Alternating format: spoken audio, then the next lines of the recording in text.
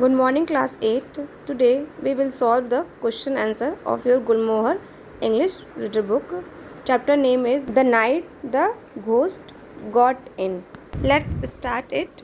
First question: what made the narrator realize that the noise were being made by a ghost, not a burglar? तो narrator को क्या realise हुआ कि ये चोरों की आवाज़ नहीं है बल्कि ये भूत की आवाज़ है. Answer: when the narrator went to the stair he couldn't see anyone the staircase but still could hear some footstep coming from near the dining area. That is when he realized it was a ghost. Question number 2: if there was a ghost in the house, was it responsible for the hula bula in the house? If not, then who was or were? तो hula बुला का means क्या होता है? Noisy disturbance. मतलब hula और बुला इसको आप समझ लो कि हल्ला गुल्ला. Answer: no, the ghost was not responsible for the hullabaloo in the house. In my opinion, most of the noise was created by the activity of the policemen and their meeting with grandfather. So question number 3: sometime unexpected behavior can create a lot of humor. Give two such example of unexpected behavior of the policeman. तो कभी कभी क्या होता है कि जो हल्ला होता है मतलब ह्यूमर होता है वो अलग से बिहेवियर क्रिएट करता है. तो आपको दो एग्जाम्पल देने हैं. तो answer: first, the police break the house in their search for burglars. मतलब है कि जो पुलिस ने क्या किया था, चोरों को खोजने के लिए पूरा का पूरा घर को तहस नहस कर दिया था. ब्रिक मतलब होता है एकदम बर्बाद करना, उजाड़ देना. नंबर पॉइंट 2 है, they fell over each other, try to run away from an old man like grandfather. जैसे दादाजी थे वो क्या करने लगे, वो एक दूसरे के ऊपर भिड़ गए, मतलब लड़ाई करने बैठ गए. Question number 4: we will sell the house and go back to Peoria. Para 9. Question number 4 का A, what does this statement by Mrs Bodwell tell us about her neighbours. तो इसमें जो मिसेस बोर्डवेल्स हैं उनका क्या स्टेटमेंट था अपने नेबर जो हैं थर्बल फैमिली के बारे में. Answer: it tell us that this was probably not the first time that narrator's family had disturbed them. Being neighbor of Thurble family must have been difficult for Bordwells. तो ये पहली बार नहीं था जो कि नरेटर की जो फैमिली है वो बोर्डवेल्स की फैमिली को डिस्टर्ब करती थी. क्वेश्चन नंबर 4 भी, how do you think the Bodwells feel at this moment. तो इस मोमेंट में बोर्डवेल्स की जो फैमिली थी वो क्या फील कर रही थी. Answer: I think Bodwells probably feel angry and very irritated at that moment. 4C, do you think the way the narrator's mother communicated with her neighbour was clever और practical? Had there been real burglars in the house? Why or why not? तो क्या आपको ये लगता है कि narrator की जो माँ थी उनका अपने नेबर से कम्युनिकेट करना मतलब बातचीत करना वो चालाकी वाला था या कोई प्रैक्टिकल था? अगर उनके घर में रियल बगलर होते तो क्यों और क्यों नहीं. Answer: yes, I think the way the narrator's mother communicated with her neighbor was practical, because if she had not done so, something big could have happened to her. Question number 5: there were 2 or 3 of them, mother said, whooping and crying on and slamming door. Para 12. Question 5A, how does the narrator's mother account of the noise differ from what the narrator heard? तो इसका means है कि narrator की माँ ने क्या सुना और नरेटर ने क्या सुना, उसमें दोनों में क्या अंतर था. Answer: the narrator heard noise of someone walking around the dining table and climbing the stair. तो नरेटर ने क्या सुना कि कोई डाइनिंग टेबल की तरफ चारों तरफ चल रहा था और कोई सीढ़ी पर चढ़ रहा था. Mother heard Herman and the narrator slamming door but no one was whooping.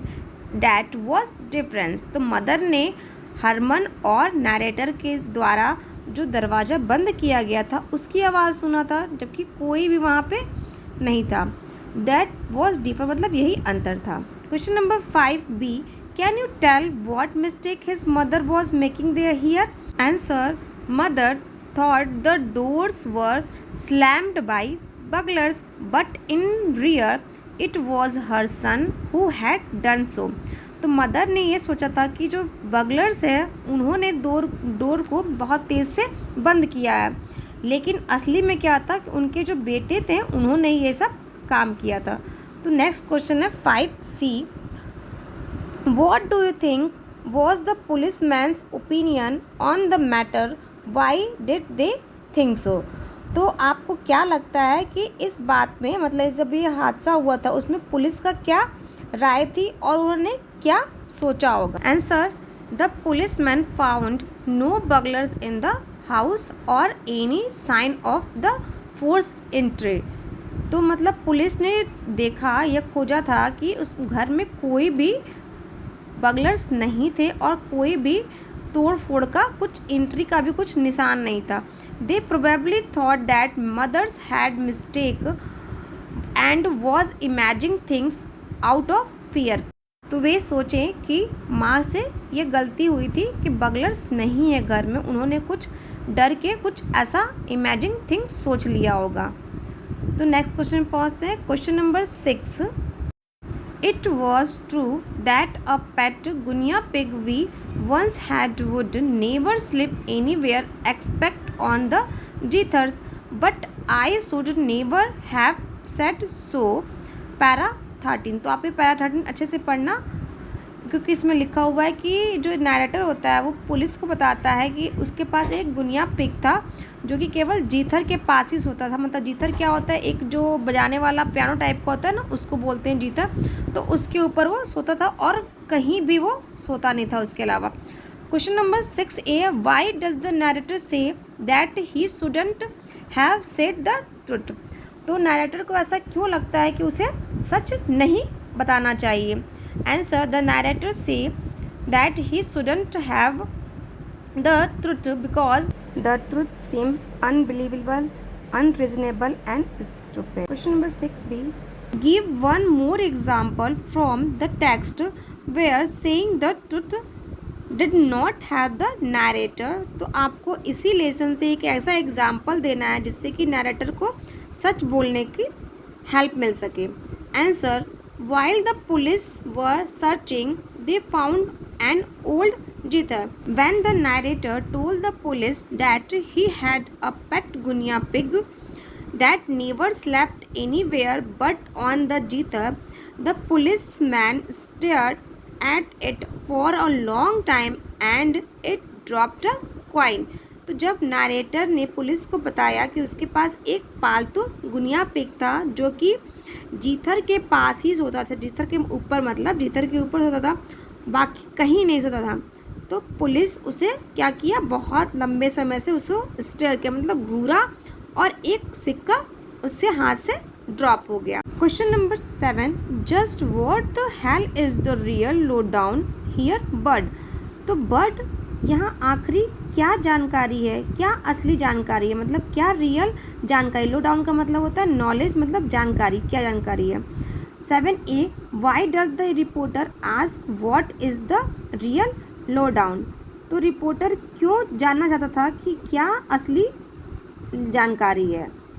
Question का आंसर है the reporter ask what the real low down is because he is probably confused about what really happened in the house. तो जो reporter था वो बहुत ही confuse था कि घर में आखिर में चल क्या रहा है. The police could not find any sign of burglary और ब्रेक इन, मतलब पुलिस को कोई भी मतलब चोरी का निशान नहीं मिला था कि घर में कोई चोरी हुआ था या कोई टूट फूट भी हुआ था. And the event that followed after the arrival of policeman were so noisy and disorderly, grandfather letting of a gun. For example that the reporter could not understand what was really happening. तो जो जैसे कि example आप मानिए कि जो दादाजी थे वो क्या लिए थे, बंदूक चलाई, वो उन्होंने चलाया, और जो हल्ला गुल्ला हो रहा था पुलिस के आने के बाद से, तो उससे पुलिस जो रिपोर्टर था वो कुछ समझ ही नहीं पा रहा था कि आखिर वहाँ पे क्या चल रहा है। 7 का B, is there anyone else who has same question in mind. तो क्या किसी के माइंड में है, जैसे कि उसके माइंड में जो चल रहा था, क्या किसी और के माइंड में चल रहा था ये बात। तो आंसर, जो the police man might have the same question in his mind. तो जो था उनके भी माइंड में वही क्वेश्चन चल रहा था जो कि रिपोर्टर के माइंड में चल रहा था। He was equally confuse about the family given the behaviour of mother and grandfather. 7C, what do you think the reporter conclude from the narrator's frank answer? तो रिपोर्टर ने क्या कंक्लूजन निकाला जब नैरेटर ने अपना आंसर दिया कि घर में भूत है। Answer, I think the reporter might have thought that narrator was as crazy as the rest of the family. तो उसने रिपोर्टर ने ये सोचा कि नैरेटर जो है वो बहुत क्या है, क्रेज़ी है, जैसे कि उसका पूरा परिवार क्रेज़ी था। अब नेक्स्ट क्वेश्चन है question number 8, what was the idea of all them cops tarryhootin round the house last night, he demanded para 8। टेरेहुटिन्स मीन्स होता है walking about and making a lot of noise. 8A, was grandfather aware that the man in his attic were policemen and not disaster? Answer, yes, it was possible that grandfather was aware that the man in his attic were policemen, क्योंकि दादाजी को सब पता था कि वो policeman ही थे उनके अटारी के ऊपर। एंड नॉट डिजास्टर मतलब भगोड़े नहीं थे, because the next morning he asked the narrator and Herman why the police were tarryhootin round the house last night. उन्होंने क्या पूछा था नरेटर और हरमन से कि क्यों पुलिस जो है वो चारों ओर रात में घूम रहे थे। Next question 8B, if he was aware then why did he pretend that they were disaster and attack them.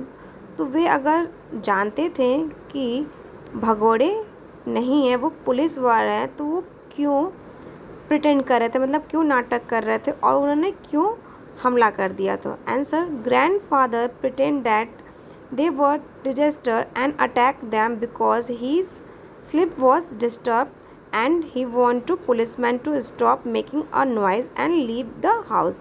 तो ग्रैंडफादर जो थे वो नाटक कर रहे थे क्योंकि वो जानते थे उनकी जो नींद थी वो डिस्टर्ब हो गई थी और वो उनको भगाना चाहते थे, पुलिस वालों को भगाना चाहते थे। क्वेश्चन नंबर 8 का C, what does it tell us about grandfather's character. तो आपको बताना है कि ग्रैंडफादर का कैरेक्टर क्या था, कैसा था।